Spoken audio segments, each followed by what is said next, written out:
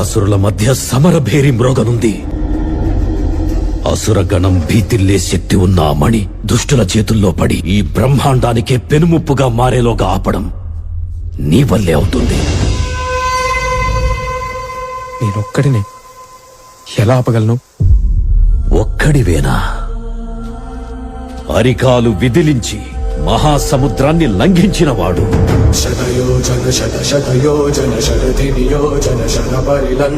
రాక్షస సైన్యాన్ని మట్టుబెట్టి రావణుడి సింహాసనాన్ని కంపించినవాడు.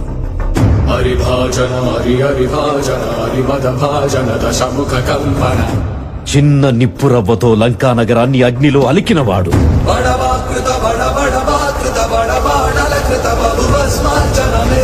ధర్మ కర్మ నిర్వహణ కోరిన దర్పకూడ దుర్జయ సమమౌనని చాటిన నాటి పురాణ ప్రబోధం చరతులుగా